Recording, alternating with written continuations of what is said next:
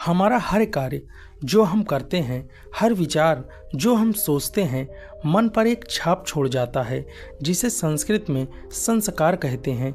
ये सभी संस्कार मिलजुल कर ऐसी महती शक्ति का रूप लेते हैं जिसे चरित्र कहते हैं। उसने अपने आप के लिए जो निर्माण किया है वही उस मनुष्य का चरित्र है।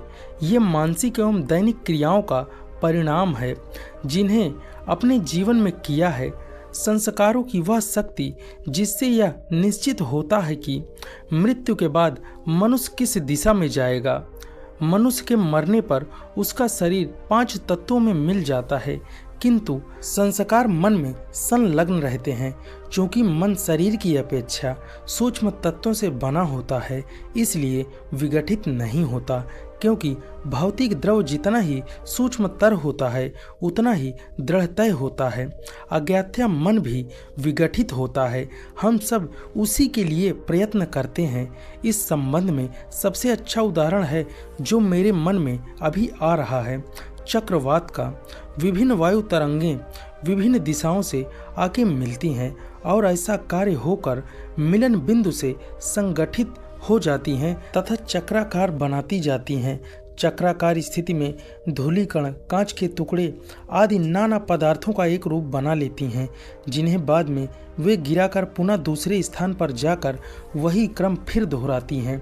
ठीक उसी प्रकार ये शक्तियाँ, जिन्हें संस्कृत में प्राण कहते हैं, परस्पर मिलकर भौतिक पदार्थों से मिलकर योग से मन तथा शरीर की रचना करते हैं।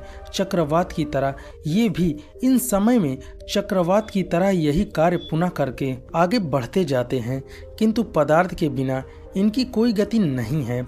इसलिए जब शरीर छूट जाता है, मन सतत रह जाता है और इसके संस्कारों के रूप प्राण कार्य करते हैं। इसके दूसरे बिंदु पर जाकर ये पुनः नए पदार्थ का चक्र खड़ा करते रहते हैं। इस तरह ये तब तक भ्रमण करते रहते हैं जब तक संस्कार रूपी शक्तियों का पूर्णतः क्षय नहीं हो जाता। संपूर्ण संस्कारों के साथ जब मन को पूर्णतः क्षय हो जाता है तब हम मुक्त हो जाएंगे। इससे पहले हम बंधन में हैं। हमारी आत्मा पहले हम बंधन में हैं। हमारी आत्मा मन के चक्रवात से ढकी रहती है और सोचती है कि वह एक स्थान से दूसरे स्थान पर ले जाती है। जब चक्रवात समाप्त हो जाता है तब वह अपने आप को सर्ववत कर पाती है। उसे तब अनुभव होता है कि वह अपनी इच्छा से कहीं भी जा सकती है, पूर्णता कहीं भी आ सकती है। वह पूर्णता स्वतंत्र है, चाहे तो अनेका एक शरीर और मन की रचना कर सकती है, किंतु जब तक चक्रवात की समाप्ति नहीं होती उसे उसके साथ ही चलना पड़ेगा। हम सभी चक्रवात से मुक्ति की ओर बढ़ रहे हैं। मान लो कि इस कमरे में एक गेंद है और हम सबके हाथों में एक बल्ला है। सैकड़ों बार हम उसे मारते हुए इधर से उधर करते हैं, पर जब तक वो कमरे से बाहर नहीं चला जाता, किस वेग से एवं किस दिशा में वो बाहर जाएगा ये इस बात से निर्भर करेगा जब वो कमरे में था तो उस पर कितनी शक्ति कार्य कर रही थी। उसके ऊपर जितनी शक्तियों का कार्य किया गया उन सब का प्रभाव उस पर पड़ेगा। हमारी मानसिक एवं मानव मन वह केंद्र है जिस पर आघात है। यह संसार मानो एक कमरा है और जिसमें मन रूपी गेंद के ऊपर नाना कार्यों और कलापों का उस पर प्रभाव पड़ता है।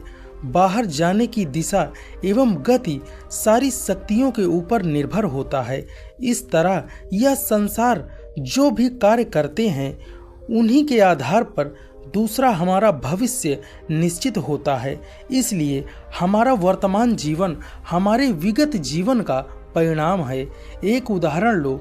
मान लो कि मैं तुमको एक ऐसी श्रृंखला देता हूँ जिसका आदि अंत नहीं है। उस श्रृंखला में एक कड़ी के बाद एक काली कड़ी है, वो भी आदि अंतहीन है।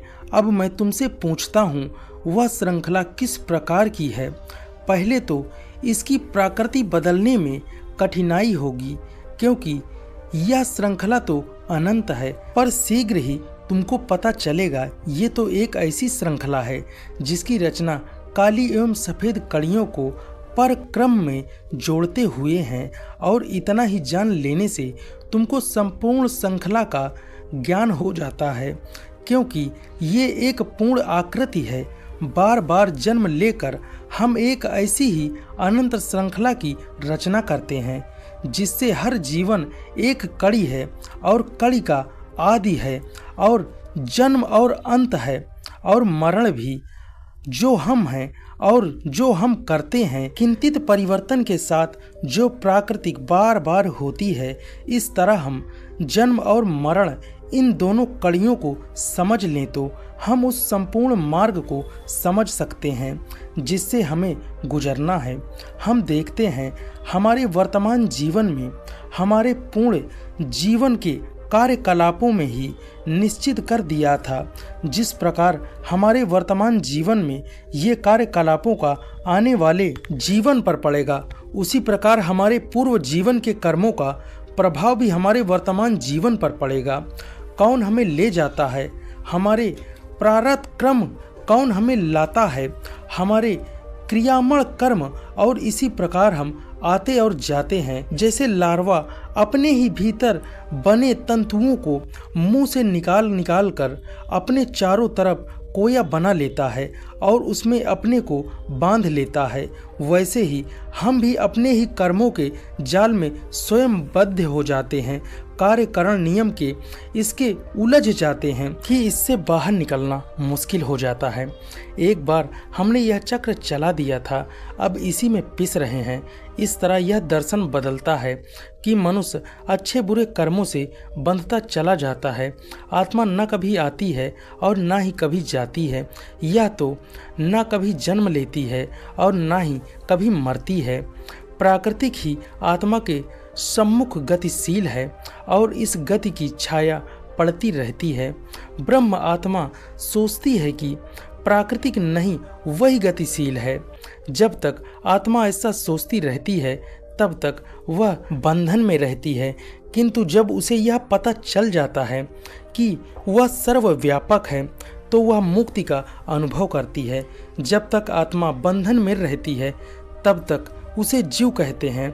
इस तरह उसने देखा कि समझने की सुविधा के लिए ही हम ऐसा करते हैं कि आत्मा आती है और आत्मा जाती है। ठीक वैसे ही खगोल शास्त्र में सुविधा के लिए यह कल्पना करने के लिए यह कहा जाता है कि सूर्य पृथ्वी के चारों तरफ घूमता है। यद्यपि वास्तुतः बात वैसी नहीं है, तो जीव अर्थात आत्मा ऊंचे या नीचे स्तर पर आता जाता रहता है। यही सुप्रसिद्ध पुनर्जन्म का नियम है। सृष्टि इसी नियम से बाध्य है। धन्यवाद मित्रों। अगर आप हमारे चैनल पर नए हैं तो चैनल को सब्सक्राइब कर लें, जिससे हमारी नई वीडियो की जानकारी आपको मिलती रहे।